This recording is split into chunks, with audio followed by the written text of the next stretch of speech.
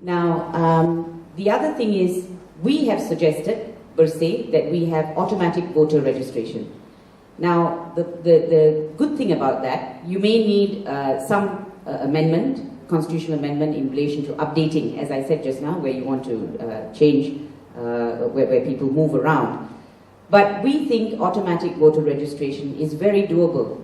And what it does is it gets rid of this registration process. And I know that Dr. Wan has pointed to a provision in the Constitution that seems to suggest that you actually have to go and register. But that is easily rectified. That is easily rectified either by a constitutional amendment or by a deeming provision that says that you are deemed to have applied to register upon your attaining 21. The beauty about this is, and this really, if they are looking at the biometric system, and if our NRD database has integrity and is absolutely clean, automatic voter registration is very doable because it all ties up. And you do away with the registration process, which means everybody automatically can register, can vote the minute they attain 21, which is the way it should be under the Federal Constitution. So that's what we like about the automatic voter registration. One of the arguments against automatic voter registration is that it means you are forcing people to vote. Now that's not true. No one is forced to vote. You just become a registered voter. Then it's up to you whether you vote or not. The other argument was that then you have a larger percentage of people who don't vote. What does that matter? What does that matter? Because actually, I think you will find a larger percentage of people who will go out to vote, because a lot of people are lazy about going to the post office and registering to vote, although the process is very, very simple. Now, indelible ink versus biometric. This is another issue. Biometric, I have got a lot of responses recently on the biometric system, and there are people with misgivings, although I think we should be open to it. But I think the EC must fully engage the Rakyat on the biometric system. We must hear from the experts. We must have an audit done. The tender process must be absolutely transparent. Every bit of this process must be transparent because people must trust the system. It's like going to a bank and doing electronic banking or ATM. It's because you trust the system that you use it. So people must trust the system. And I understand, Dr. Wan, that there are some issues, but you may be looking at it. Older people have problems with the biometric because there's some, and also there's some about taking the thumbprint and so on. So those are issues that I think EC has to look at.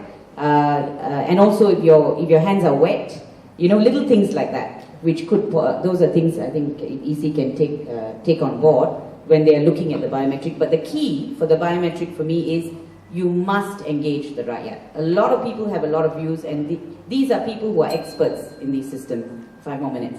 All right. I'll talk about indelible ink when you question me on that. My concern about biometric, can you actually get it done by the 13th general election? If you cannot, we would suggest, please continue to look at indelible ink. It's a cheap alternative, and it really works. It has worked in other countries. It's worked in India. It's worked in many other countries. Now, all right, malapportionment is another issue that we have. You can see that there are constituencies that are drawn up that vary so much in sizes. Kappa, 112,000, PJ Utara, and Sungai Besar. Now, that is something perhaps I can come back to. But you will also see that there is a lot of malapportionment between constituencies. Now, under the Federal Constitution, the idea about delineation is that the idea is to tend towards equality of the weight of every person's vote. So, in other words, if I'm in a constituency of 100,000 and say Tan Sri is in a constituency of 50,000, his vote is valued at double mine. When in fact, under the Federal Constitution, the idea is tend towards equality. Of course, you can take into account geographical issues and so on, I accept that. But we have found, for example, in the slide that I'm showing you, that the state boundaries are in dotted lines, you find things crisscrossing, constituencies crisscrossing all over the place. So you could have 3 local authorities, for example, within one constituency and so on. So it's very difficult for an MP to actually administer in those constituencies. Now, I'm going to move on to postal votes. Yes. Okay. Yeah. Postal voting. Now, this is absolutely key. Yeah? Postal voting, which I didn't have a chance to cover the other afternoon. This really does cause a problem.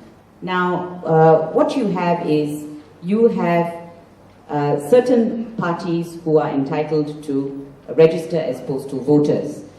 And you see they are military personnel, spouses by choice, so spouses can also apply. And then you have civil servants overseas, tertiary students overseas, although I can tell you from what information we have got, many of them find it impossible to actually vote. Now, you also have, we want to ask the question, why overseas Malaysians are disenfranchised totally? Basically, if you register as a postal voter, you cannot come back and vote as an ordinary voter. That's the other problem. But if you register as a postal voter and you go overseas, but there are no provisions made for you to go and vote, you have effectively disenfranchised all those people. And we have got feedback from overseas voters, and they have said that it's impossible to go to the embassies and vote, and only certain people are allowed to vote. And this is something that I hope the Election Commission, and I think Election Commission has said they will look at it, so I hope that we can do something about that. Now, I just want to say this about overseas postal voters. This is very much tied up with the longer campaign period. Campaign period is too short. In the old days, you had 42 days, and so we're not asking for 42 days. We're asking for minimum 21 days. But if you want to make postal votes effective, then you must allow more time. Otherwise, it can't be done. Otherwise, you know, it's a joke. So the other thing is, when you have people in Sabah and Sarawak and vice versa, you can use postal voting.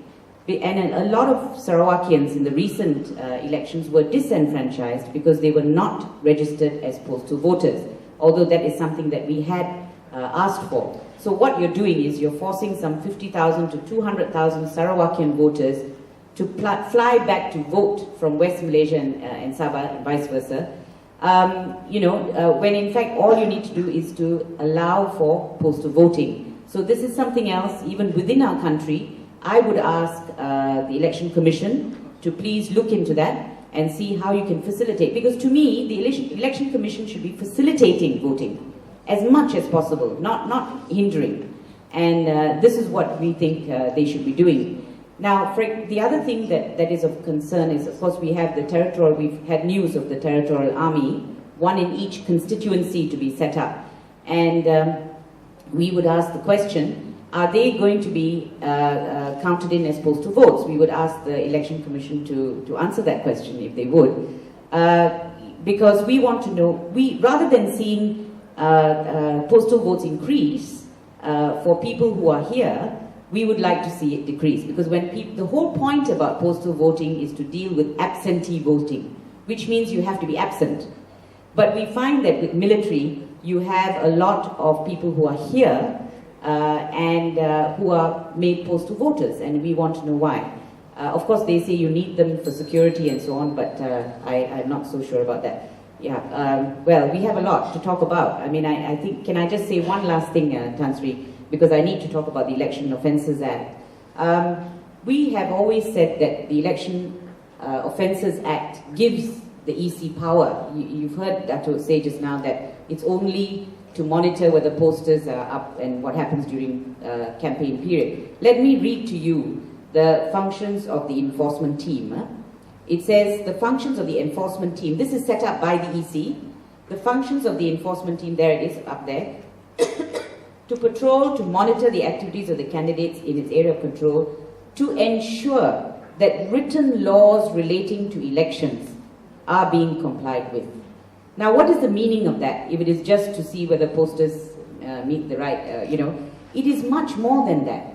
Because Election Laws includes Election Offences Act. Election Offences Act covers bribery and treating and so on and so forth. So, in fact, they have all the powers, and under the federal constitution, they actually can call upon, and this is under 114 or 115, they can call upon such number of persons may employ, 1152, all public authorities shall on the request of the Commission give the Commission such assistance in the discharge of its duties as may be practicable. So they can actually call upon all these bodies. Now what I'm saying is this, whilst I agree with Dr. Wan that they don't have the power to prosecute, I agree, and I am thinking they should relook that. They don't have the power to prosecute. Nevertheless, when they see an offence, by virtue of what is said in the Act, they have a duty, in my view, to actually report that. If they see offences being committed, that is the reason for the enforcement team. Otherwise, the enforcement team is pointless. They have a duty to either make a police report or make a report or to call upon various public authorities to see to the enforcement of the election laws. Because if they don't see to the enforcement of election laws, I mean, I don't know who can. I will stop there for a moment. I have other things, but I will put it in my responses to your questions. Thank you.